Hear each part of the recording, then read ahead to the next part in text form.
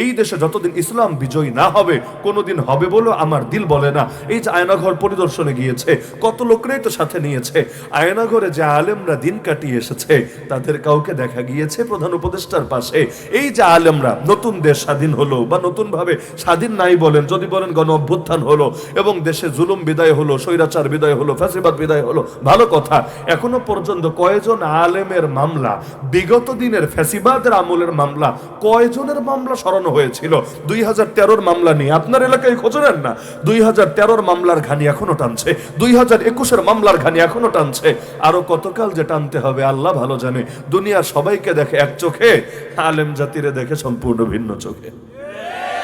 তাহলে জালেম বাদশার সামনে হক কথা বলা যেহেতু অনেক চ্যালেঞ্জিং ব্যাপার, এজন্য এখানে জিহাদ শব্দ ব্যবহার করা হয়েছে। তাহলে বোঝা গেল প্রতিটা জিনিসের একটা মূল অর্থ থাকে আর একটা ব্যবহারিক রূপক অর্থ থাকে। যেমন সালাত বলতে কি বোঝেন? নামাজ। এই অর্থই তো সবাই বোঝেন, তাই না? কোরআনে আছে ইন্নাল্লাহা ওয়া মালাইকাতাহু ইউসাল্লুনা আলান নবী, নিশ্চয়ই আল্লাহ সালাত করেন নবীর উপরে এবং ফেরেশতারাও সালাত করে নবীর উপরে। এই সালাত মানে কি? যদি বলেন সালাত মানে নামাজ, তা আল্লাহ আবার নবীর উপর নামাজ পড়ে কিভাবে? মানে এটা অর্থ কি যে আল্লাহ নবীর উপরে নামাজ পড়ে? মানে এই কথার কোন অর্থ হয়? পুরো একটা অদ্ভুত অর্থ। আবার ফেরেশতারা নামাজ পড়ে নবীর উপরে মানে কি? যে নবী দাঁড়ায় আছেন, উপরে তারা নামাজ শুরু করে দেয়? এটাও তো সম্ভব না। তাহলে বোঝা গেল এখানে সালাত মানে নামাজ না, ভিন্ন কিছু। যদিও আমাদের বাংলাদেশে আবার অনেক বক্তারা এই আয়াতের উল্টাপাল্টা ব্যাখ্যা করে, আজিব আজিব ব্যাখ্যা। ব্যাখ্যা কি করে? আল্লাহ দুরূদ পড়ে নবীর উপর, ফেরেশতারাও দুরূদ পড়ে নবীর উপর, তোমরা কেন পড়বা না? তোমরাও দুরূদ পড়বে নবীর উপর। আচ্ছা, দুরূদ পড়া মানে কি? দুরূদ পড়া মানে আল্লাহ যাতে রহমত নাজিল করে এ দোয়া করা। দুরূদ পড়া মানে হলো আল্লাহর কাছে রহমত নাজিল করার জন্য দোয়া করা। যদি বলেন আল্লাহ দুরূদ পড়ে, তার মানে আল্লাহ দোয়া করে নবীর জন্য, আল্লাহুম্মা সাল্লি আলা মুহাম্মদ অথবা সাল্লাল্লাহু আলাইহি ওয়াসাল্লাম। এগুলোই তো দুরূদ মানে, তো এগুলাই। যেই বাক্যই বলেন সবগুলোই দোয়া। ওই নামাজে আল্লাহুম্মা সাল্লি আলা মুহাম্মদ ওয়া আলা আলি মুহাম্মদ দুরূদ ইব্রাহিমে পড়েন, এটাও দোয়া। সাল্লাল্লাহু আলাইহি ওয়াসাল্লাম দুরূদ, এটাও দোয়া। ওই যেই বাক্যেই পড়েন সবই তো দোয়া। তো যদি বলেন আল্লাহ দুরূদ পড়ে নবীর উপর, তার মানে আল্লাহ দোয়া করে নবীর উপর রহমত নাজিল হওয়ার জন্য। কার কাছে? আপনার কাছে? যারা জিলাপি বেচে এদের কাছে? আরে আজিব ভাই রে, কোন শব্দ কোন জায়গায় বলা লাগে, কি অর্থ হয়, কমন সেন্স তো থাকা লাগে। আল্লাহর শানে দুরূদ শব্দ বলা যায় না। আল্লাহর শানে কি শব্দ বলতে হবে ইমাম বুখারী লিখে দিয়েছেন তার কিতাবে সহিহ বুখারীর মধ্যে, ক্বালা আবুল আলিয়া আস-সালাতু মিনাল্লাহি আর-রাহমা ওয়া মিনাল মালাইকাতি আল-ইস্তিগফার ওয়া মিনাল মুমিনিনা দুআ। সালাত শব্দ আল্লাহর শানে ব্যবহার হলে এর অর্থ নামাজও হয় না, এর অর্থ দুরূদ হয় না, এর অর্থ হয় রহমত নাজিল করা। আল্লাহ রহমত নাজিল করেন নবীর উপরে। একই শব্দ ফেরেশতার শানে ব্যবহার হলে তখন অর্থ হয় ইস্তেগফার করা, ক্ষমা প্রার্থনা করা। আর মুমিনদের শানে ব্যবহার হলে অর্থ হয় দোয়া করা। শব্দ একটা, অর্থ এক না, এক এক জায়গায় অর্থ এক একটা। ওই যে অনেকে শুনেছেন না, নফসের জিহাদ বড় জিহাদ, শুনেন নাই? হাদিসেও আছে আল মুজাহিদু মান জাহাদা নাফসাহু ফি তাআতিল্লাহ। মুজাহিদ সে যে আল্লাহর আনুগত্যে নিজের নফসের সঙ্গে জিহাদ করে। এখন এইটা শুই না অনেকে এত খুশি, এত খুশি, বলে যাক বড় বাচ্চা গেছে, আর বদরে যেতে হবে না, উহুদে যেতে হবে না, খন্দকে যেতে হবে না, বাবরি মসজিদ শহীদ হয়েছে, হোক আরো 10টা 20টা হোক, আমাদের কিচ্ছু করতে হবে না। মসজিদে আকসা নিয়েছে নেক, মসজিদে হারাম নিল, আমাদের মুখ থেকে ললিপপ আর নামবে না। আরাকান গিয়েছে, যা গোটা বাংলাদেশ নিয়ে নিল, আমাদের আর ময়দানে যেতে হবে না। কেন? নফসের লগে রিসুম করেই বড় জিহাদ। ওই নফসের সঙ্গে রেসলিং খেললেই হবে, এর বাইরে আর আমাদেরকে বের হতে হবে না। আজীব তামাশা। অথচ এই হাদিসের অর্থ কোশ্চিন কালেও এটা না। অর্থ কি?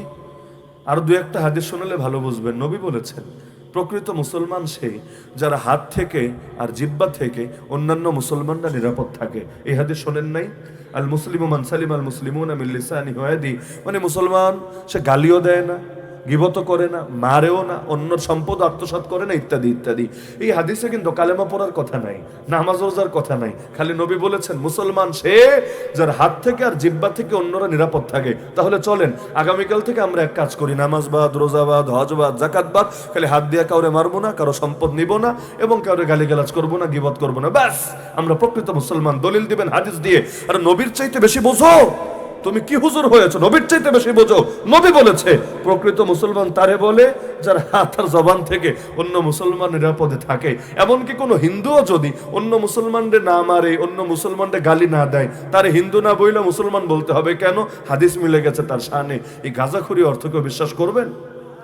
আরে বিশ্বাস করবেন না, বলবেন হুজুর এখানে বাকিগুলো অস্বীকার করার উদ্দেশ্য না, বোঝানো হয়েছে মুসলমান ঠিক আছে, ঈমান এনেছে, কালেমা পড়েছে, নামাজ পড়েছে, রোজা রেখেছে, কিন্তু যতদিন পর্যন্ত নিজের হাত আর মুখটারে কন্ট্রোল না করবে ততদিন পর্যন্ত খাঁটি মুসলমান হতে পারবে না। এটাই তো অর্থ, এটাই তো অর্থ। এর মানে নামাজ ছাড়তে বলেন নাই, রোজা ছাড়তে বলেন নাই, কালেমা গুরুত্বপূর্ণ না এটা বুঝান নাই, বুঝিয়েছেন ওগুলো তো লাগবে, লাগবেই, সঙ্গে হাত আর জিব্বাটারও সামলে রাখতে হবে। কারণ অনেক মানুষ নামাজি পড়েও জাহান্নামে যাবে জিব্বার কারণে, অনেক মানুষ রোজা রেখেও জাহান্নামে যাবে হাত দিয়ে অন্যের সম্পদ আত্মসাৎ করার কারণে।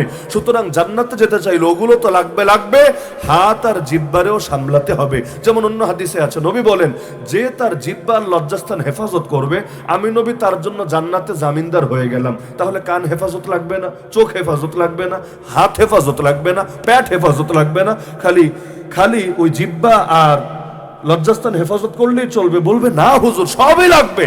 এখানে বিশেষ ফোকাস দেওয়ার জন্য এই দুইটাকে উল্লেখ করা হয়েছে। তাহলে জিহাদ খালি নফসেরটা করলেই চলবে না বাইরেরটাও লাগবে? কেউ যদি নফসের নামাজ পড়ে, মসজিদে আসে না, নফসের নামাজ দরজা জানালা লাগে, নফসে মনে মনে ধ্যান করে সে নামাজে আছে। ওই যে আমাদের দেশে ভণ্ডরা বলে মনের পর্দা বড় পর্দা, বাইরের পর্দা লাগে না। শোনেননি আপনারা? মনের পর্দা বড় পর্দা, বাইরের পর্দা লাগে না। ওই একই টাইপের কথা, মনের জিহাদ বড় জিহাদ, বাইরের জিহাদ লাগে না, বদল লাগে না, উহুদ লাগে না, খন্দক লাগে না, খালি মনেরটা দিয়েই চলে। নাউজুবিল্লাহি মিন যালিক। অথচ ইসলাম শিখিয়েছে জাহেরও লাগে, বাতিনও লাগে, বাইরেরটাও লাগে, ভেতরেরটাও লাগে। ময়দানেও যেতে হবে। কার নফস চায় ময়দানে যেতে? কারোটা চায় না।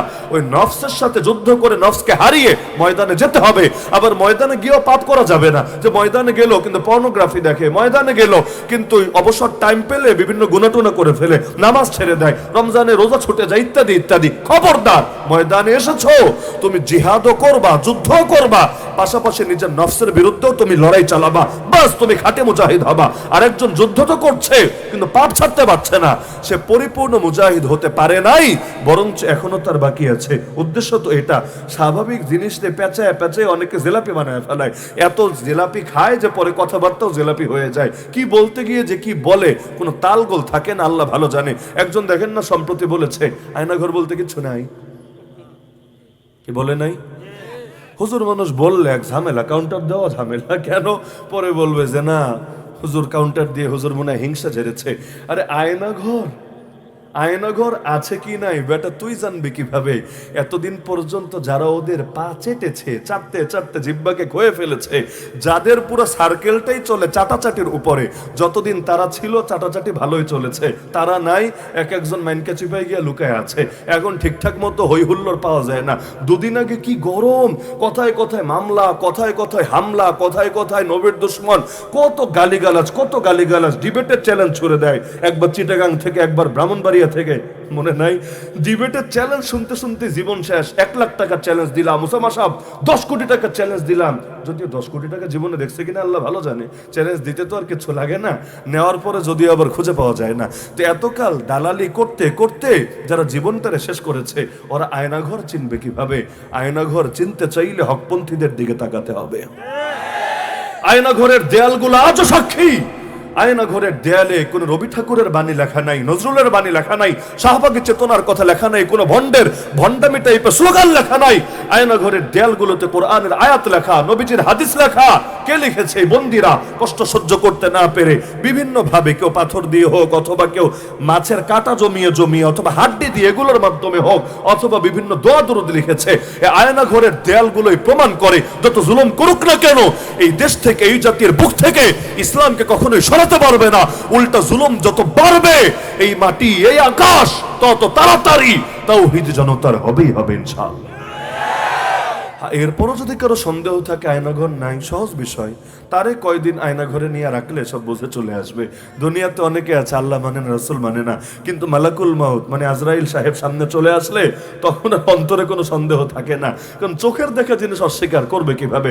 ফেরাউনও দেখেন না মরতে মরতে কালেমা পড়ে, পরে নাই?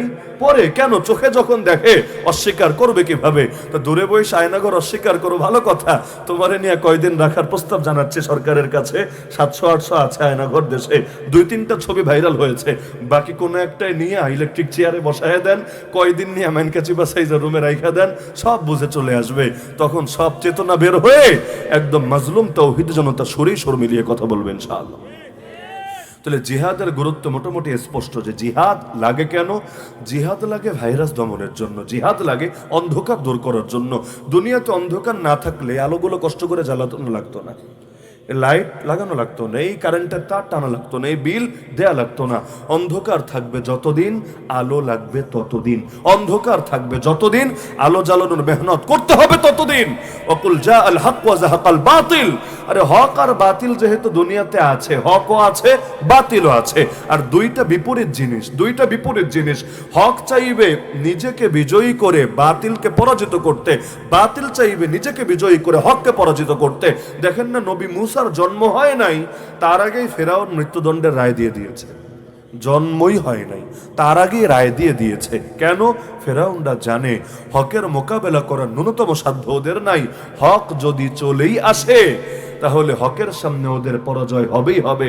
তাহলে দুনিয়াতে সবাই ওয়াজে পরিবর্তন হয় না রে ভাই। আমার নবী মক্কায় ওয়াজ করেন নাই, মক্কায় তাবলীগ করেন নাই, মক্কায় দাওয়াত দেন নাই, মক্কায় তালিম মানে এলেম শিক্ষা দেন নাই।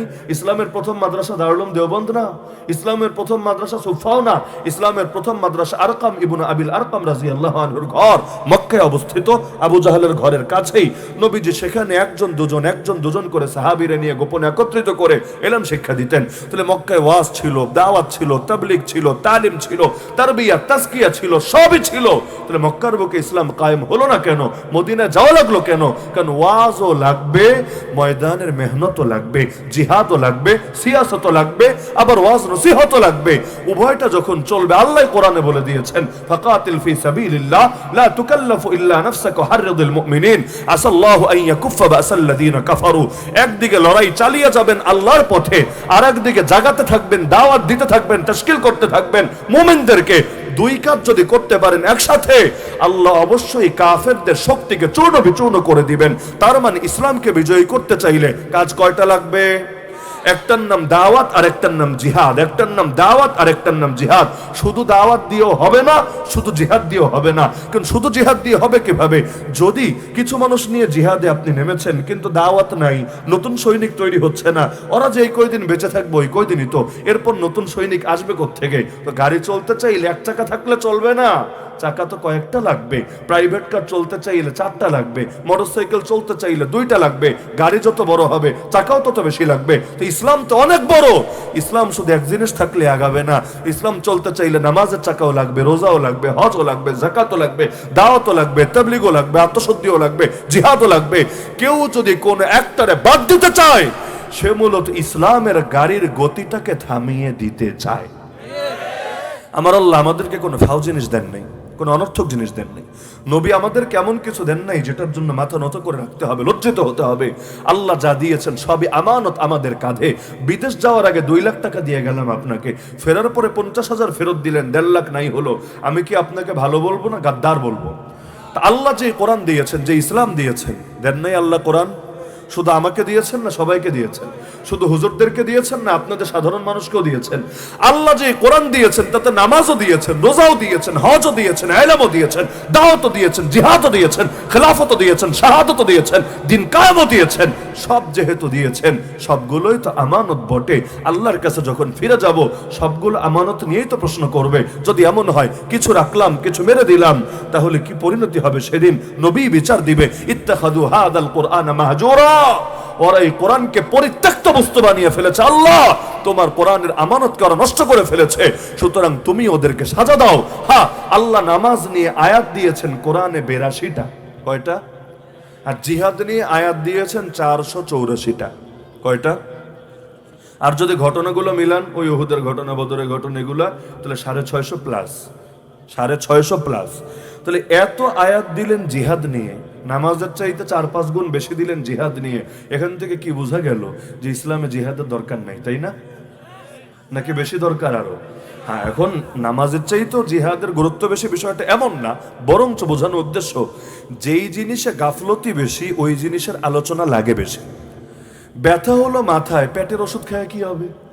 সমস্যা হলো চোখে, তাহলে কানের মধ্যে মেশিন লাগায় কি হবে? রোগ যেখানে ওষুধও দিতে হবে সেখানে। নামাজ পড়তেও কষ্ট হয়, সন্দেহ নাই। ওয়া ইন্নাহা লাকাবীরাতুন ইল্লা আলাল খাশিঈন। রোজা রাখতেও কষ্ট হয়, সন্দেহ নাই। হজ করতেও কষ্ট হয়, সন্দেহ নাই। তবে জিহাদ করতে কষ্ট একটু বেশিই হয়। যেই জিনিসে কষ্ট বেশি ওই জিনিসের ফজিলত আল্লাহ এবং তার রাসূল আলোচনা করেছেন বেশি। ছেলে পালা নিয়ে কয়টা হাদিস শুনেছেন? ছেলে পালার ফজিলত নিয়ে কয়টা হাদিস শুনেছেন?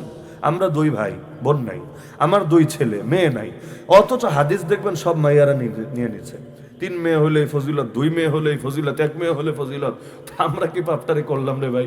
আমাদের কবিরা গুনাহটা কি? মানে সব ফজিলত খালি মেয়ে জাতি নিয়ে নিবে, আর ছেলে পালার কোনো ফজিলত খুঁজে পাওয়া যাবে না।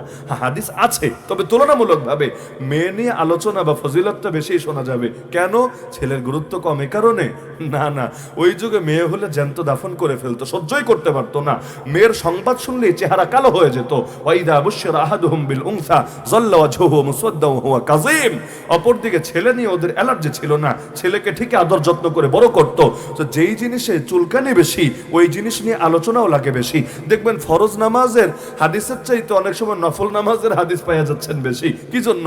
ফরজের চাইতে নফলের দাম বেশি? না না, ফরজের দাম বেশি তো ফরজ তো এমনিই পড়বে, না পড়লে মাইর খাবে কবরে হাসরে। অপরদিকে নফল না পড়লেও তো পাপ হবে না, কবিরা গুনাহ হবে না, তবুও যাতে বান্দা পড়ে, এজন্য আলোচনাও হয়েছে তুলনামূলক বেশি। মনে থাকবে তো এই নীতিটা ইনশাআল্লাহ। তাহলে জিহাদের দরকার আছে নাকি নাই? রিমান্ডা আমাকে জিজ্ঞাসা করলো, হুজুর আপনি জিহাদ নিয়ে শুধু ওয়াজ করেন কেন? আমি বললাম এটা তো ঢা মিথ্যা কথা, আমি তো সবকিছু নিয়ে ওয়াজ করি, কোন জিনিসটা বাকি আছে আমার ওয়াজে? বললাম না ঠিক আছে করেন, কিন্তু জিহাদ নিয়ে একটু বেশি করে কেন বলেন? সেই আরো কতকাল আগের কথা, 2021 সালের কথা। জিহাদ নিয়ে এত বেশি করে কেন কথা বলেন? এমনকি জিহাদের উপরে আপনার বই আছে, নামাজের উপরে আপনার বই নাই, কাহিনীটা কি? আমি তখন এই জবাবটাই দিয়েছিলাম, দেখেন আল্লাহ নামাজ নিয়ে আয়াত দিলেন 82টা, জিহাদ নিয়ে 484টা। তাহলে আল্লাহর কোরআনে তাফসীর করতে গেলেও নামাজ নিয়ে একটা ওয়াজ করলে জিহাদ নিয়ে 4টা ওয়াজ করা লাগবে। আর নামাজ নিয়ে রোগ আছে সন্দেহ নাই, কিন্তু জিহাদ নিয়ে রোগ বেশি আছে উম্মতের মধ্যে। তো রোগ যেখানে বেড়েছে ওষুধ তো সেখানে আগেই দিতে হবে। নামাজ নিয়ে আমি না বললেও লোকে এত বলা বলে, একজন না বললে উম্মতের কিছু জানতে বাকি থাকবে না। কিন্তু জিহাদ নিয়ে যদি কিছু মানুষ অন্তত নিজের প্রাণটারে রিস্কে ফেলেও না বলে, তাহলে আল্লাহর বান্দারা তো আল্লাহর দ্বীনের বিধান সম্পর্কে জানতে পারবে না। এজন্য তো বলতে হবে। তাহলে জিহাদের গুরুত্ব এবং তাৎপর্যের ব্যাপারে মৌলিক ধারণা সকলের ক্লিয়ার হয়েছে তো ইনশাআল্লাহ? হ্যাঁ, জিহাদ আল্লাহ ফরজ করেছেন 4 ধাপে। আপনারা জানেন মক্কায় জিহাদ ছিল না, আদেশ দূরের কথা অনুমতি ছিল না, অনুমতি না। মক্কায় আদেশ ছিল ফাসবির সাবরান জামিলা, সবর করেন, ফাফু ওয়াসফাহু, ক্ষমা করেন, হাত্তা ইয়াতি আমরুল্লাহ, যতদিন না আল্লাহর আদেশ আসে। তার মানে ইঙ্গিত দিয়ে দিচ্ছেন আল্লাহর আদেশ আসবে, তবে এখনই না, সময় লাগবে। যতদিন আদেশ না আসে ততদিন পর্যন্ত ক্ষমা করতে থাকে। নবীও জানতেন আদেশ আসবে। এজন্য আল্লাহ রাসূল সাল্লাল্লাহু আলাইহি ওয়াসাল্লাম একদিন কাবা তওয়াফ করছিলেন, হঠাৎ করে মক্কার মুশরিকরা নবীরে গালি দিতে শুরু করলো। কয়েকজন লিডার একসঙ্গে বসা ছিল। আর এই জালেমগুলা নবীরে গালি না দিলে কেন জানি ওদের পেটের ভাত হজম হয় না।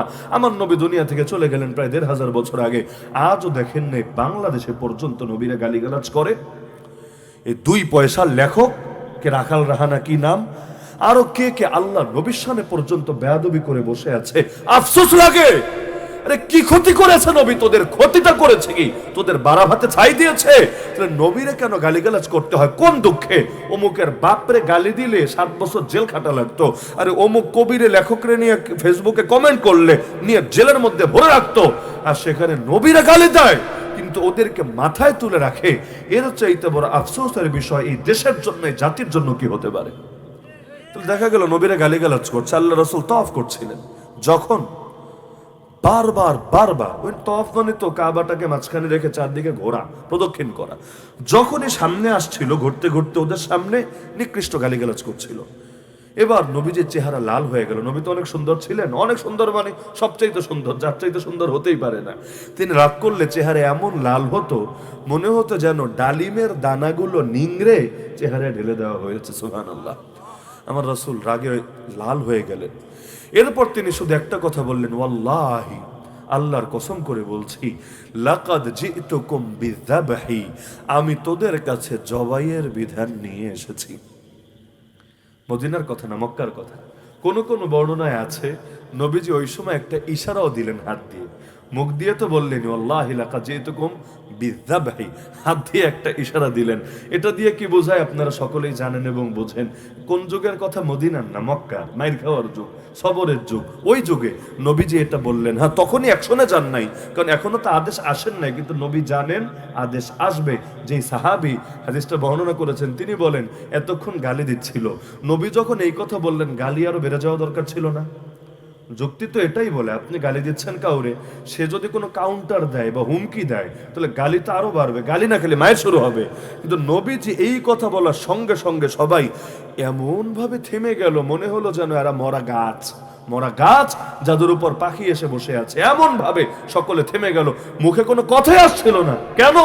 ওরা সবাই জানতো, যদিও নবীকে মানে না, কিন্তু জানতো ওই মুখ থেকে যা বের হয় দুনিয়া উল্টে যেতে পারি, কথা উল্টাবে না, এটা কখনোই ভুল হবে না, অবাস্তব হবে না।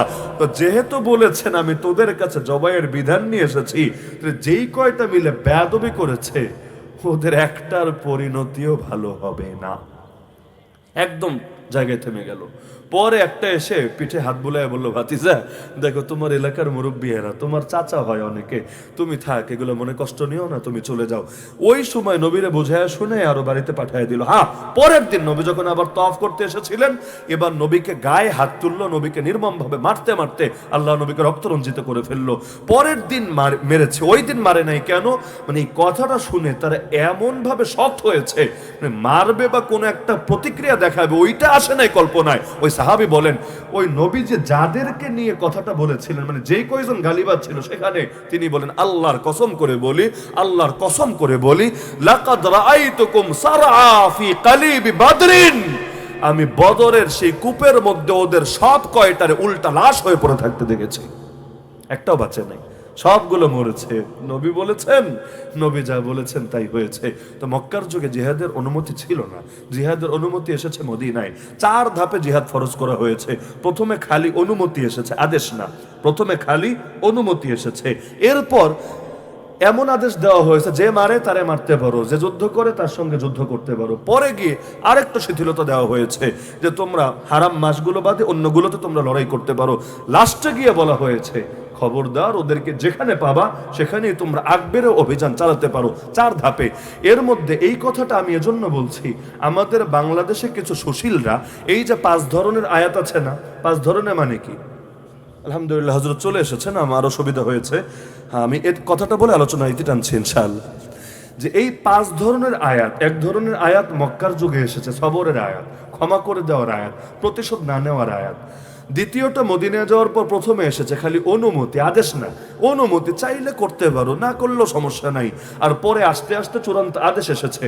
এই সবগুলারে তালগোল পাকিয়ে ফেলে প্রথম যুগের আয়াত দিয়ে শেষ যুগের আয়াতগুলোরে ঢাইকা রাখার চেষ্টা করে। ওরা বলে কাফেররা এক গালে মারলে আরেক গাল বাড়াইয়া দিতে হবে। ওরা বলে মসজিদ একটা দখল করলে প্রয়োজনে আরেকটা ছেড়ে দিতে হবে। কেন?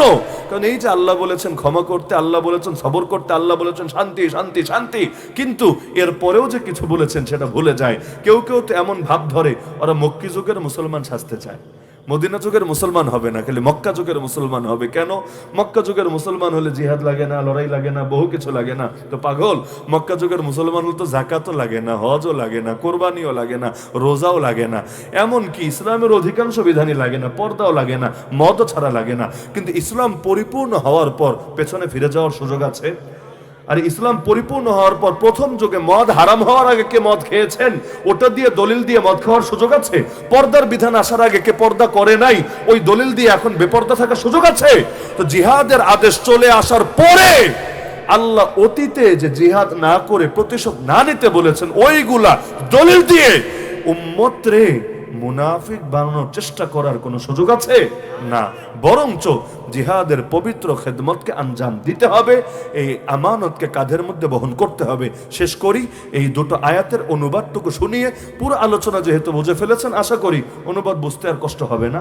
উযিনা লিল্লাযীনা ইউকাতালুনা বিআন্নাহুম যুলিমু, যাদের বিরুদ্ধে যুদ্ধ পরিচালনা করা হচ্ছে অর্থাৎ মুসলমান, এদের সঙ্গে আগ বেড়ে এসে এই কাফেররা যে যুদ্ধে জড়াচ্ছে, এই মুসলমানরা যেহেতু মাজলুম হওয়ার কারণে তাদেরকেও এবার যুদ্ধের অনুমতি দেওয়া হলো। উদিনা মানে আদেশ না, অনুমতি দেওয়া হলো।